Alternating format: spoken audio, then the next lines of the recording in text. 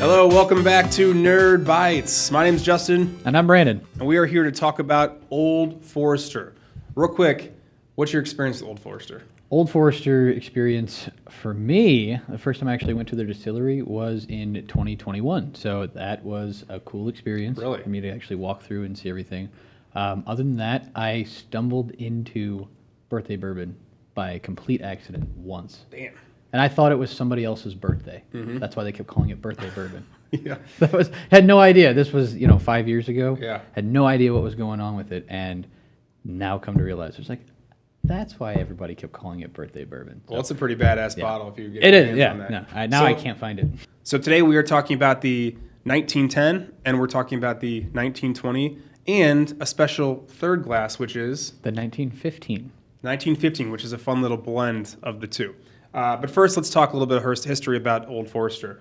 If you didn't know, Old Forester was founded by George Garvin Brown, who was born in 1846. This is a very old distillery. Very much so. Yeah. It's actually named after Dr. William Forester, and it's the first bottled bourbon called Old Forester in 1870. So it really goes back. These guys have a lot of firsts that they go through. Yeah. So their first proof was 90 proof. And in order to comply with legal regulations specified by the U.S. Bottled and Bond Act of 1897, which we've talked about before, Old Forester increased their proof from 90 to 100 proof, because we all know that 100 proof is the bottled and bond proof, right? Yep. So in 1910, a fire on the bottling line shuts down production, which, do you want to talk about what that means, how that impacts what's going on here? Yeah, so kind of an interesting story. As they were going through making their whiskey in 1910, everything was aged in a barrel like it should be to be classified as bourbon. And there was a fire on the bottling line, as he had said. And what they ended up doing is they halted production, and with all this bourbon they had out, they actually put it into another barrel. So it was the first double barrel aged bourbon on the market. Yeah. And that's where the Old Fine Whiskey name comes from. So that's our 1910. And then, of course, we know 1920, also called Prohibition style. Well, that's when Prohibition happened. Yes. Right? So they're kind of a little bit influences of those two bottles. Yeah, a little bit. Old Forester today remains the only bourbon continually sold by the same bourbon company before, during, and after Prohibition. So it's been along for a very long time. Yeah. It's the first distillery to convert entire production to industrial-grade alcohol for the war efforts, which happened basically just 2 weeks after Pearl Harbor, so World War II. It's the first bourbon to create a decanter. Yeah, that was a Christmas gift back. What year was that? It is in, I don't even have the year. I don't know, a long time ago. It was, I want to say, 30s maybe? Sounds good. 20s in there somewhere. But it was a pretty unique looking glass decanter bottle. You can Google that if you don't know, if you want to find the answer to that. In 2002, Old Forester actually celebrated the 156th birthday of founder George Garvin Brown with the release of the Old Forester Birthday Bourbon, which you were mentioning earlier, which is pretty badass bourbon. It's also the first vintage dated bourbon in the industry. And this year was the 10th year of the birthday bourbon. It's been around a long time. Not that long, but good amount. Yeah. So let's break down real quick what they offer. And they offer quite a few things. First off, they have the Old Forester, which is 86 proof. They have the Statesman, which is 93 proof. Yep. They have the 1870, which is the original batch. And the proof changes on this one. The 1897, which is the bottled in bond. Again, that's 100 proof.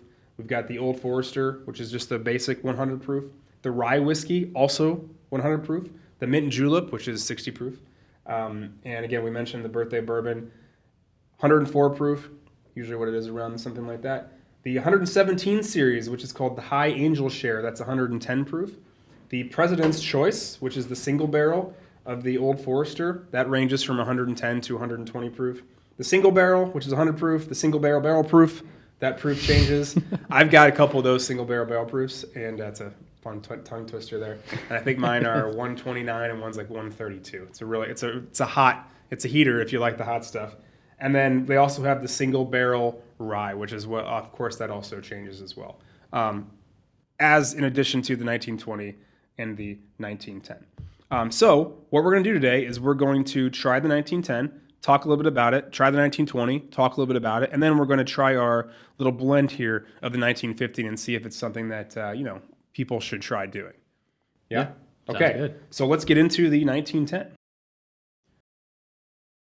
We're going to be trying the 1910 first, which is the 93 proof. So tell us a little bit about the 1910. So the Old Fine whiskey here from Old Forester, the story goes that during their production process in 1910, I think it was like the summer or something, they had a fire break out on the bottling line. So then they had to halt production to put the fire out and then repair all the damages and whatnot. But in the process, all that whiskey that they had that they were bottling, they decided to put into another barrel, and then that produced the first double-barreled bourbon, and that's where we have the 1910 Old Fine whiskey.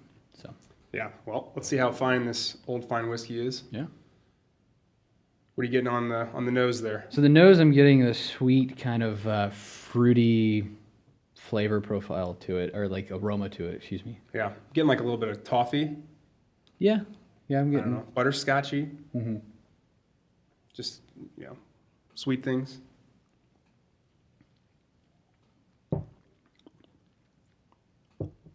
It's not a very. There's not a whole lot going on at first. It's actually pretty mellow, Yeah. which, as I've said a lot of times, is not necessarily my bag, but I can see why people like it because it's very smooth. Yeah. What are you getting as far as like initial flavor profiles? I'm getting like a sweet cookie flavor to it. Oh yeah, So, okay. getting- I can see that. Getting some cookies in there. Yeah. Now I will say though, like having waited for a few seconds, like the finish is fantastic on this one. Surprising, because usually the lower proof stuff doesn't really stick around. It's like you just kind of constantly have to go Yeah. back to drink it. This one's got a really good deep warmth to it that's Yeah. kind of sticking around for a little bit. Even as I'm talking now, it's actually almost coming back again. Yeah, and I think it's coming from that double barrel process. Yeah. You're getting the double smoke, Yeah. smokiness from the oak. Okay, that's the 1910.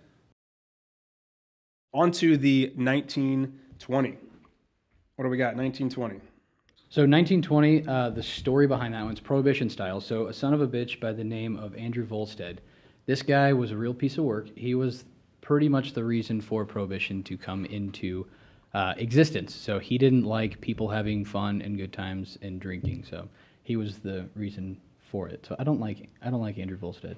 I don't think most people do. No. But Listen and watch whiskey shows. yeah, but in honor of Andrew Volstead, or I guess more so to make fun of him, they introduced this Prohibition style piece, which again they were one of 6 distilleries to get the licensing to continue making it. So this was a nod back to their whiskey that they were producing through Prohibition, which means it is a 115 proof because they had to account for the angel share. So really, what the whiskey that they were making during that time frame, it was bottled at 100 proof, but it came in at 115. So this is 115 proof in the bottle.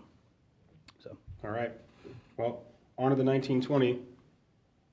This has got a really caramely nose to it. I'm getting some sweetness on it too. Yeah, a lot of sugar. Mm-hmm. Let's jump in and taste it.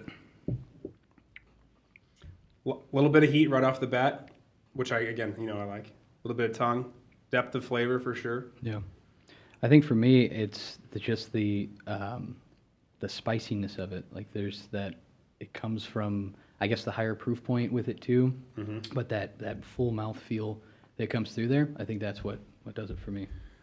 And, yeah, I and agree. you've got the higher proof too, so you've got that.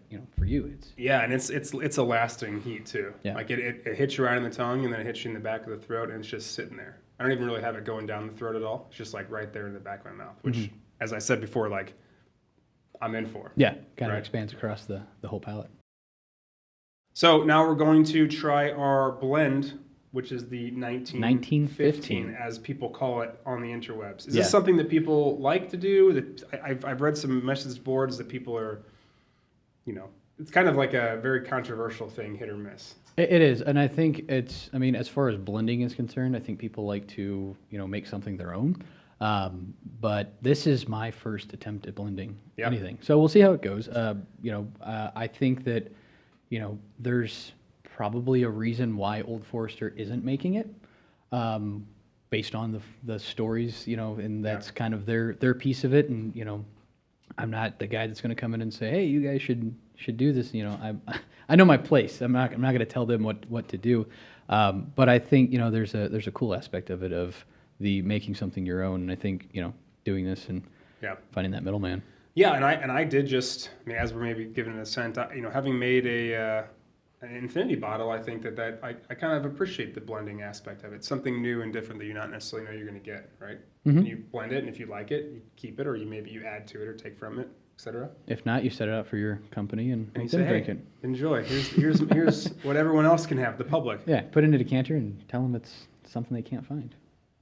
All right, so on the nose, like the first thing for me, I'm getting a lot of cherries. Yeah.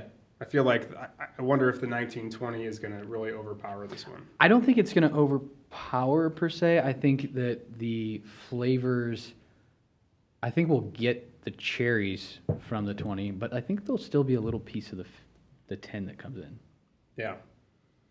So on the taste, as you're tasting, I can tell you right now that it's kind of an interesting mixture. Like it's got some of the heat, but it's not quite all heat. Yeah. Which I feel like the 1920 is like just a lot of heat in a good way. Yeah. For me.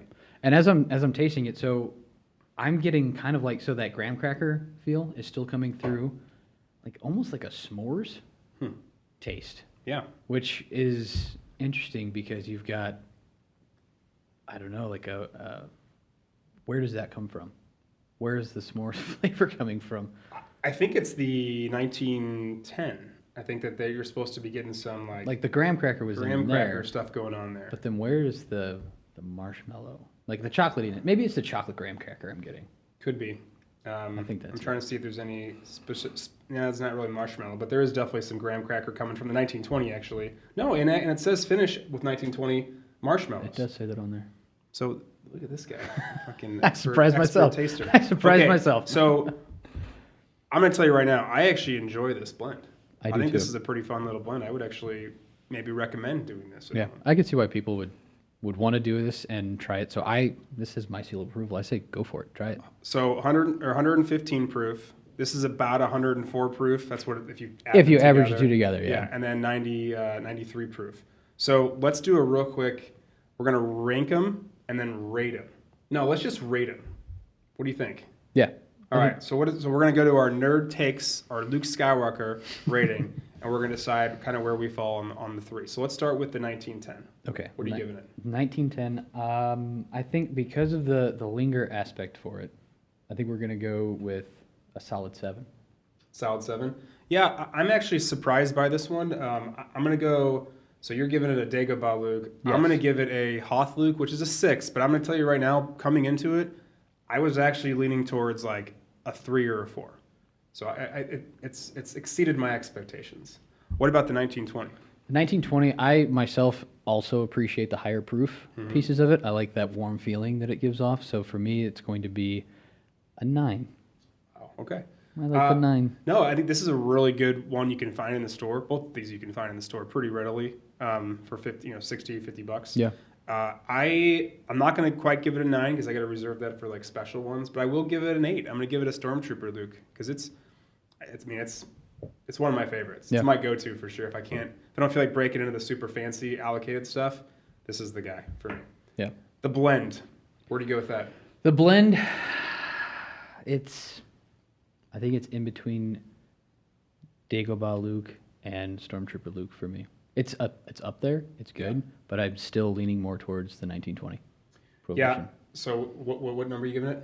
7.5. 7.5. So we're in between. So he has the Stormtrooper helmet on, but Yoda is on his shoulder. But he's trading. Yeah. I like that's awesome. I've never had that before.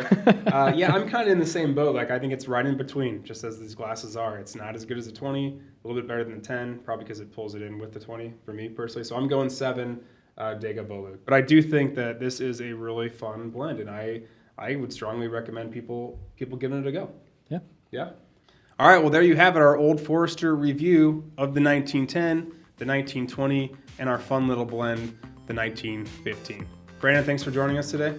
Thanks for having me, Justin. That was a lot of fun. All right, until next time, Nerd Bytes.